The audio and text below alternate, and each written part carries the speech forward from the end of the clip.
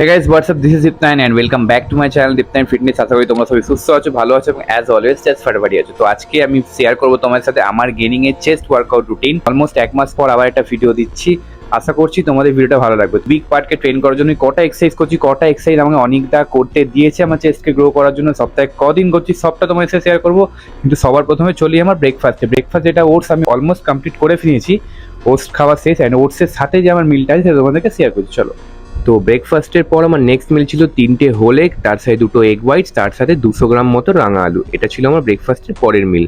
And তারপর স্নান টান করে দুপুরে লাঞ্চে বসে পড়েছিলাম, যেখানে আমার ছিল 200 গ্রাম মতো কুকড রাইস, তার সাথে ছিল 200 গ্রাম চিকেন। এখানে তুমি 2 পিস চিকেন দেখতে পাচ্ছ, কারণ বউ এখন আস্তে আস্তে বাড়ছে। তো যাই হোক, এটা ছিল আমার লাঞ্চ। অ্যান্ড লাঞ্চ কমপ্লিট করার পর আমি আজকে জিমে গিয়ে খাটবো আমার চেস্ট ওয়ার্কআউট। তো চলো ভিডিওটা কন্টিনিউ দেখতে থাকো।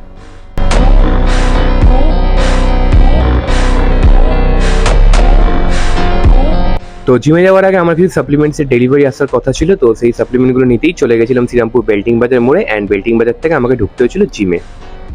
তো দেখো ভাই, জিমে ঢুকে আমি ওয়ার্ম আপ না দেখে ডাইরেক্ট এক্সারসাইজে চলে গেছি। অ্যান্ড লাস্টেরই তোমাদেরকে দেখাচ্ছি, যেখানে আমি অলমোস্ট এই ওয়েটটা দিয়ে মারছিলাম আমার আপার চেস্ট, যেটা আমি স্মিথ মেশিনে করছিলাম। তোমরা কিন্তু এভরিডে ওয়ার্ম আপ ছাড়া কোনো এক্সারসাইজ শুরু করবে না, নাহলে কিন্তু ইনজারি ফেস করবে।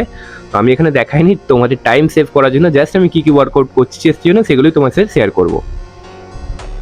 তো প্রথম এক্সারসাইজ আমার ছিল ইনক্লাইন স্মিথ মেশিন চেস্টে, যেখানে আমি 4টে সেট করেছিলাম 8টা থেকে 12টা রেপিটেশন। বাট লাস্টের দিকে ভাই ওয়েট ইনক্রিজ করতে থাকলে 12টা রেপিটেশন তো ছেড়েই দাও, 8টা বার করাই ভাই মুশকিল হয়ে যায়। তো এটা অলমোস্ট লাস্টের দিকে সেট ছিল, যেখানে আমি 6টা রেপসি একা মারতে পেরেছিলাম আর বাকি 2টা আমি স্পট নিয়ে কমপ্লিট করেছিলাম। তো যাই হোক, এটা কমপ্লিট করার পর আমার নেক্সট এক্সারসাইজ যেটা ছিল ইনক্লাইন ডাম্বেল প্রেস। তো তোমরা দেখতেই পাচ্ছ মোটামুটি অনেকটা কিন্তু আমাকে আপার চেস্টই বেশি ফোকাস করতে বলেছে। দেখো ভাই, ব্যাক টু ব্যাক 2টো প্রেস মুভমেন্ট মারা কিন্তু ডিফিকাল্ট। তার জন্য প্রথম এক্সারসাইজটা আমি 4টে সেট মেরেছিলাম। And second exercise incline dumbbell প্রেসে ওয়েট তো তুলেছিলাম হেভি, বাট আমি মেরেছিলাম মাত্র 3টে সেট, যেখানে আমি 8টা থেকে 10টা রেপিটেশনই মেরেছিলাম।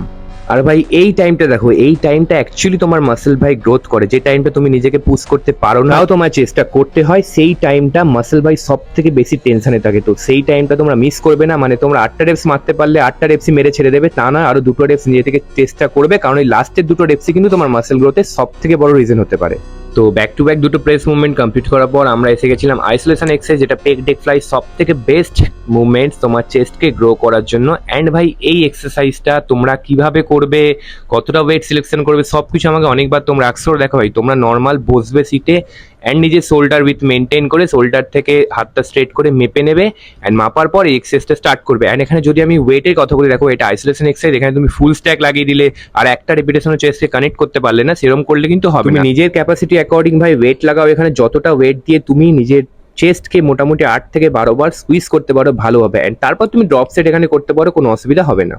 অ্যান্ড পেক ডেক ফ্লাই কমপ্লিট করার পর ভালো করে আমার চেস্টে আর হাতে ফোরামসে কিছু ছিল না যে মোটামুটি আমি ওয়েট তুলে ডিক্লাইন প্রেসটা মারতে পারি। তো যাই হোক, সেখানে আমি 17.5 আর 25 কিলো দিয়ে ডিক্লাইন ডাম্বেল প্রেস মেরেছিলাম, যেখানে আমি অলমোস্ট 40 কেজি দিয়ে মারতে পারি। তো দেখো, এখানে কিন্তু আমার পরপর 3টে এক্সারসাইজ কমপ্লিট করার পর চেস্ট অলমোস্ট খুব ভালোভাবে পাম্প খেয়ে গেছিল। তারপরেও আমি এই এক্সারসাইজগুলো করবো, কারণ এই এক্সারসাইজগুলোতেই আমার মাসেল ভাই আরো ভালোভাবে গ্রোথ করবে। তো যাই হোক, এটা আমি 3টে সেট করেছিলাম 8টা থেকে 12টা রেপিটেশন। এখানে ওয়েট বেশি ইনক্রিজ আর করতে পারিনি। সো আমার চেস্টের লাস্ট এক্সারসাইজ হচ্ছে low to high cross cable, যেটা আমি সিটেড করছি। তোমরা চাইলে এটা স্ট্যান্ডিংও করতে পারো, বাট মেক শিওর করবে যেভাবেই তোমরা মারো তোমার যাতে কোরটা স্টেবল থাকে, কারণ কোর স্টেবল না করতে পারলে কিন্তু ভাই এক্সারসাইজটা তোমরা কানেক্ট করতে পারবে না। এটা আমি আপার চেস্টের জন্য করছি, তোমরা দেখতেই পারছো। তো অলমোস্ট এক্সারসাইজটাতে খুব ভালো আমি মাইন্ড মাসেল অ্যাকশন বসাতে পারি। তো নিজেকে লাস্ট অব্দি ফেলিওর অব্দি নিয়ে যাওয়ার জন্য আমি সাপোর্ট নিয়েও করেছিলাম ফ্লাই মুভমেন্টটা, যেটাতে আমি পুরোপুরি আমার চেস্টকে ভাই এক্সস্ট করে ফেলেছিলাম লাস্ট অব্দি। তো যাই হোক, এটা ছিল আমার চেস্টের ওয়ার্কআউট রুটিন। তো যারা এখন অব্দি ভিডিওটা স্টে করে আছো, ভিডিওটা দেখছো লাস্ট অব্দি, তো ভিডিওটা একটা লাইক করে দাও অ্যান্ড কমেন্ট করে জানিয়ে দাও নেক্সট টপিক তোমাদের জন্য আমি কি বিষয় আনতে পারি। আশা করবো ভাই আর এক মাস লাগাবো না, তার আগেই ভিডিও ছাড়ার চেষ্টা করবো। তো যাই হোক, চেস্ট কমপ্লিট করে আমি চলে গেছিলাম এখানে আমার পোজিং প্র্যাকটিস করতে। অ্যান্ড পোজিং প্র্যাকটিস করার আগে একটু ওয়েট মেজার করে নিয়েছিলাম, যেখানে আমি অলমোস্ট 3 কেজি গেইন করতে পেরেছি 5 উইক্সে। অ্যান্ড আশা করছি এন্ড অফ দ্য ইয়ার মানে গেইনিং কমপ্লিট করার পর আমি অনেকটা ভালো মাসেল মাস গেইন করতে পারবো। তারপর আশা করি এই বছর কম্পিটিশনে একটা ডিফারেন্ট লুক দেখতে পারবে তোমরা আমার। তো যাই হোক, তোমরা পোজিংটা দেখো অ্যান্ড ভিডিওটা ভালো লেগে থাকলে ভিডিওটা একটা লাইক করো, কমেন্ট করো অ্যান্ড চ্যানেলটা সাবস্ক্রাইব করতে ভুলো না কিন্তু।